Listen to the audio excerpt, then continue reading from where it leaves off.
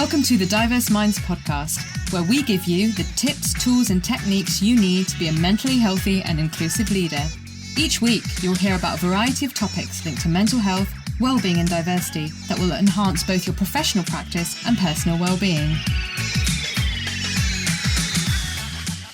Welcome to the 97th episode of the award-winning Diverse Minds podcast. And for July, the theme is all about myth busting. So we're going to be kicking off talking about the art of listening and how it supports someone in distress. And it's myth busting because active listening is an underrated skill. And so often people feel like they have to know all the answers and solutionize for someone and don't really hear someone or give them the space to download.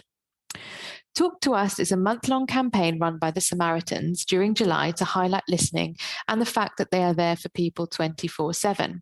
So I thought it tied in really nicely.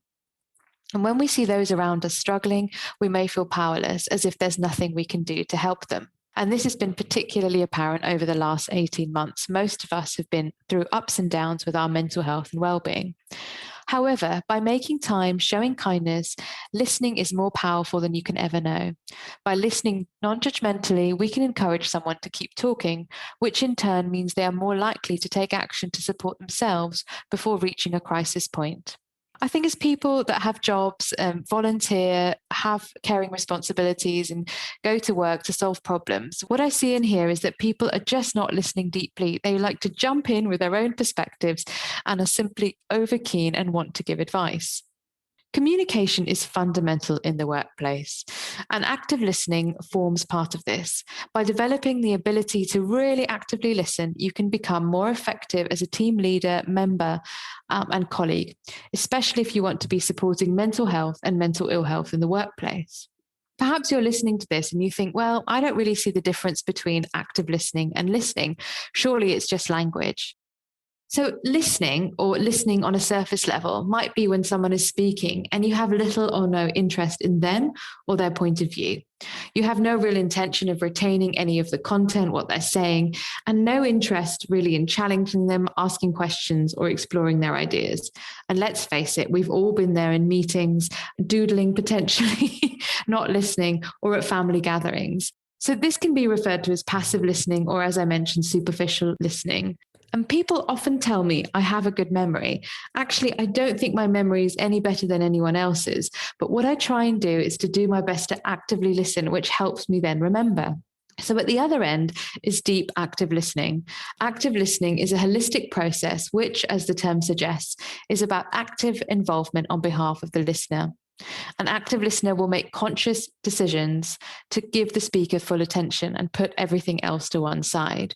And it is a big commitment, and to focus on the process of listening in order to understand the messages of the speaker, and not really at the back of our mind to be thinking, oh, when can I jump in? So I really hope you're enjoying the content of this podcast and you want to keep up to date. So please feel free to join my bi-monthly newsletter. If you join my mailing list, you'll receive a free copy of my ebook, The Mentally Healthy Leading Manager, and the link is in the show notes. Okay, so let's get back to listening.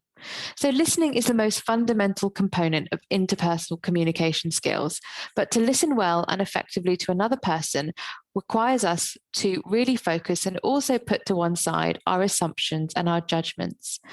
Active listeners, or active listening, you remain neutral and non-judgmental. And as a consequence, it's really about parking our own thoughts, beliefs, and potentially stereotypes to one side and openly listen to the speaker, not to decide if they're right or wrong, whether they should have done something differently, but to understand that person's perspective on an issue or a problem.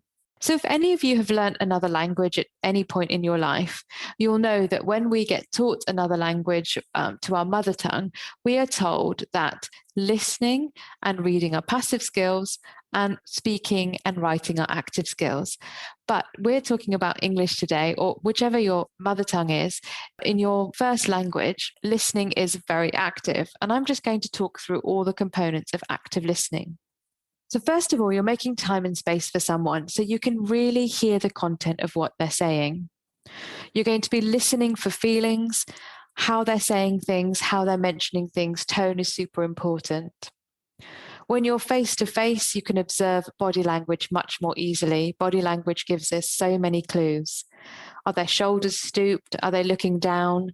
Do they have sadness in their eyes? Are their hands very much in their lap, or are they using their hands? Are they agitated? Some examples. But you want to have a neutral technique. And when we're face to face, you might have heard of the solar model. So you want to be square on facing them, particularly if someone has a hearing impairment and needs to lip read. You want to be open. You potentially want to lean slightly in towards someone to maintain eye contact, but be very mindful that this will depend on cultural context, because not all cultures will want to maintain eye contact. And you want to be relaxed in yourself. So taking deep breaths and being calm. Now, online, of course, this becomes much trickier.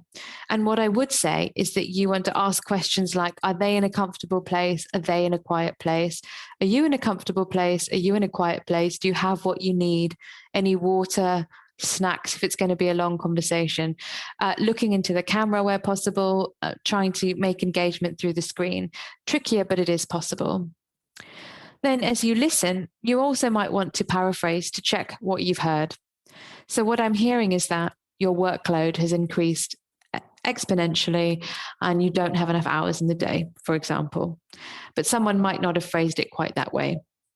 But paraphrasing will also give someone an opportunity to expand or explain in greater detail. And then remember the self-awareness. We mustn't jump in with solutions. We want to keep asking open questions and listening, and also, really importantly, allowing for the silence and the pauses. Especially online, it feels super, super awkward, but silence is really supportive. Don't feel that you have to fill it. Now, clearly, if a silence goes on for 10 minutes, there's something there. But a few minutes, it's okay. Someone needs maybe a time to recoup their thoughts, to decide how they're going to answer a question. And that's absolutely fine. And then reflection, similar in some ways to paraphrasing, but to reflect their words back to them like a mirror. It's so rare that we get to hear what we have said out loud, reflected back to us. It can be a really powerful tool. Most of us are so in our own head. So if someone stops and reflects something back to you, people can really have light bulb moments. And of course, you're going to have some questions. So you might have questions around clarification, and this could link with your paraphrasing. So have I understood this correctly? Paraphrasing, and what's the biggest challenge for you here?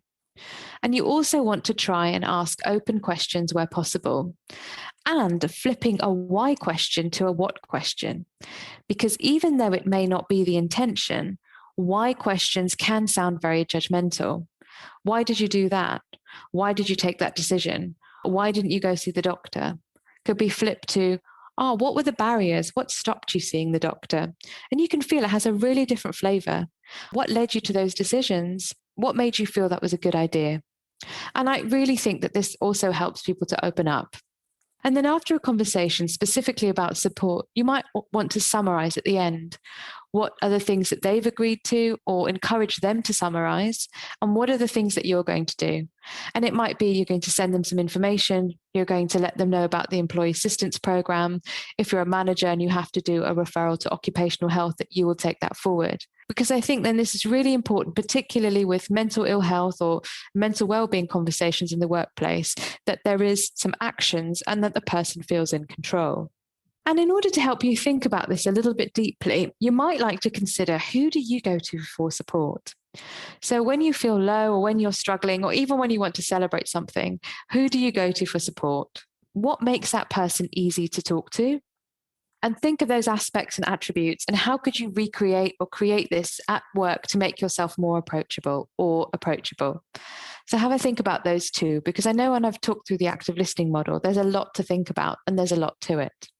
So after mental health and wellbeing training sessions, often the feedback when I do listening exercises, so I tend to do a couple.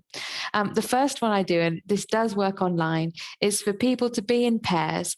And one of the pairs talks about a holiday they've had, a recent holiday they've had, or time off for 2 minutes. And the other person does their best not to listen. So I give them permission. I say, you can get your phone out, you can write notes, you can look out the window, you can type away, don't make eye contact. And And when I do this face to face, the energy in the room is really interesting. People are giggling, laughing hysterically, closing down, looking at their laps, and generally struggling because there isn't a conversation. Then we swap over, so both people have a chance to do this. And then the second exercise is to have a conversation about, for 2 minutes, about something that is mildly irritating and a challenge they want to solve. And the partner, the person they're working with, has to jump in within seconds to hijack the conversation around this challenge. So something like, oh, yes, I had that problem, or my friend did this, and this is what they did. And the energy shifts again in the space. Some people do get their challenges solved and find it helpful, but most people get irritated and they say, well, I wasn't able to finish. And how I started this conversation wasn't really about the challenge. And we often make this mistake, don't we? We jump in, we want to solutionize, we want to get it out the way, but it's not useful. Then I show the active listening model that I've just shared with you.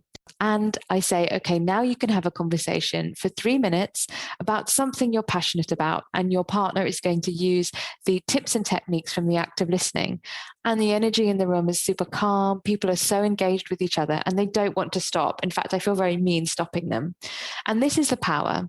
And in the words of Brené Brown, she talks about this in her video around empathy versus sympathy.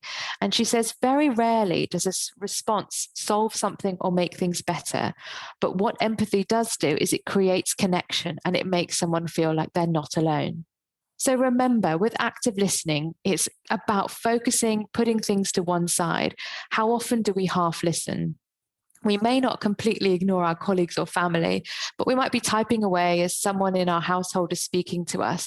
We're not fully engaged. So that's number one. Number two is build that trust and establish rapport, and focus does so much to do that. If someone doesn't want to give you the full story or talk straight away, you can always say, whenever you're ready to talk, I am here to listen.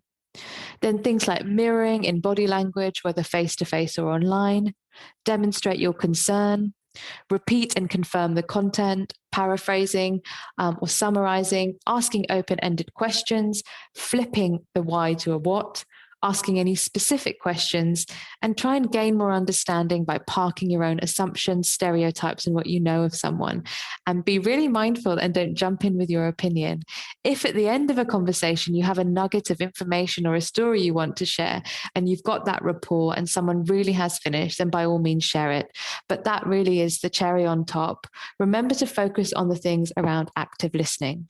I really hope you found this episode useful and our kickstart to our myth busting month. And if you want to know more about how I can help you, please check out diverseminds.co.uk/solutions. And I also offer 1-hour power hours to help you. And other resources you might find helpful are What If I Say the Wrong Thing? And What If They're Faking It blogs on the Diverse Minds website. So I really look forward to connecting with you, hearing your thoughts, and I'll see you again in the next episode. Thanks for listening to the Diverse Minds podcast. Don't forget to subscribe on Apple Podcasts, Spotify, or wherever you access your podcasts from. You can also connect with me on Facebook, Twitter, and LinkedIn. Tune into next week's episode of the podcast, where I'll bring you more insights on mental health and inclusion. Bye for now.